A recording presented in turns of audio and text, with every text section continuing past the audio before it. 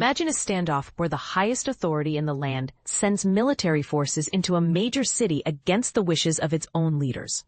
Sounds like a plot from a tense thriller, right? But this is real life in America, where President Donald Trump has just authorized 300 National Guard troops to head to Chicago, sparking fierce debates about power, safety, and who really calls the shots in our democracy. By AP and Reuters, published on 4th Oct 2025, in a move that has ignited nationwide discussions, U.S. President Donald Trump has given the green light for the deployment of 300 National Guard soldiers to Chicago. This decision comes after months of warnings from the president, despite strong pushback from local officials who argue it's an overreach. President Trump has approved the dispatch of 300 National Guard members to safeguard federal personnel and property, announced White House spokesperson Abigail Jackson on Saturday. Recommended stories: Trump to deploy 200 National Guard troops to Oregon as state leaders sue. https www.aljazeera.com/news/2025 Trump to deploy 200 National Guard troops to Oregon as state leaders sue. Trump orders deployment of troops to U.S. City of Portland and ICE facilities. https www.aljazeera.com/news/2025 Trump orders deployment of troops to U.S. City of Portland and ICE facilities. Trump suggests FIFA World Cup could be moved from unsafe cities. https www.aljazeera.com/sports2025/926 Trump suggests FIFA World Cup could be moved from unsafe cities. President Trump refuses to ignore the chaos and disorder affecting our urban centers, Jackson added, emphasizing the administration's stance on law and order. But here's where it gets controversial. Democratic Governor JB Pritzker broke the news of Trump's plan earlier that same day, right after a dramatic incident involving U.S. Border Patrol agents. In that event, officers fired shots at an armed woman in Chicago, highlighting the escalating tensions around federal immigration enforcement. A spokesperson from the Department of Homeland Security clarified in a Saturday statement that no federal law enforcement personnel suffered serious harm during the clash.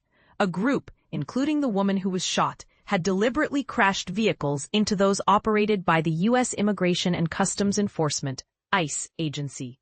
The woman, identified as a U.S. citizen whose name wasn't released, drove herself to a medical facility. Details on her condition weren't available right away.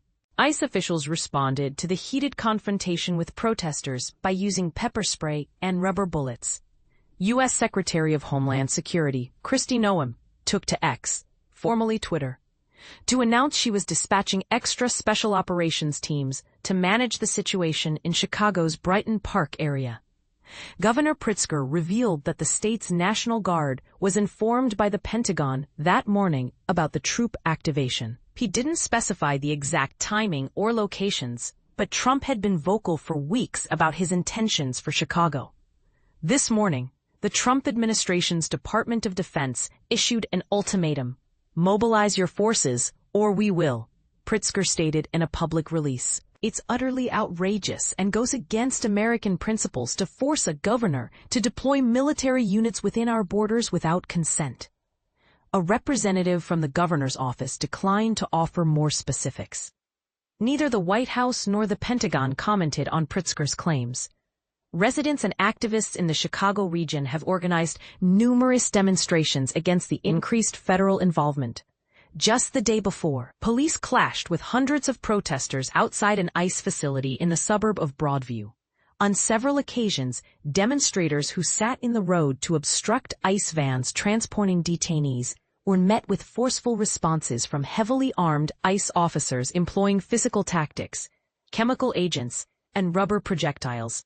Scenes that many compare to battlefield confrontations. Protesters have voiced outrage over what they describe as excessive force in other Democrat-led cities, such as New York, Los Angeles, Washington, D.C., and Portland.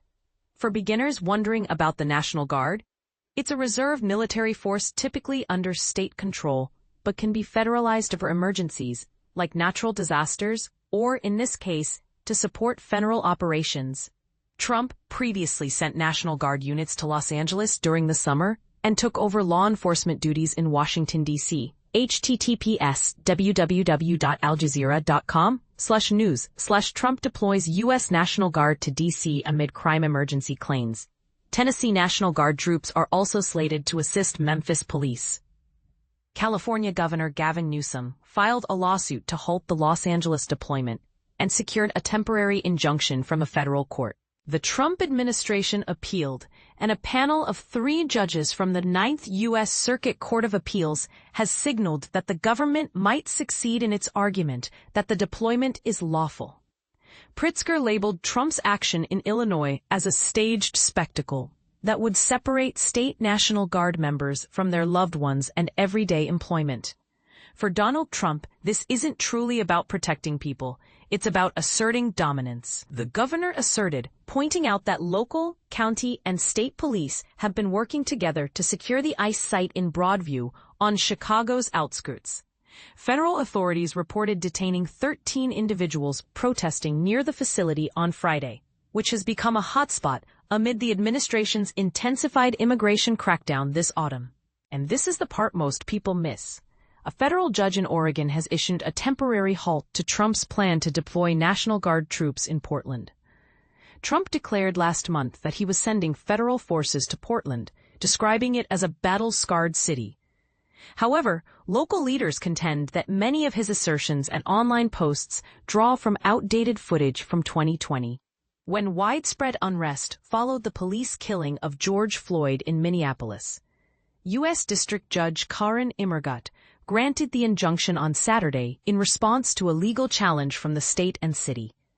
The U.S. Department of Defense stated it was federalizing 200 Oregon National Guard personnel for 60 days to defend federal assets in areas prone to or experiencing demonstrations, following Trump's characterization of the city as war-ravaged.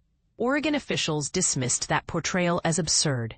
The ICE building in Portland has seen nightly protests, which recently involved just a few dozen participants before the deployment announcement stirred things up.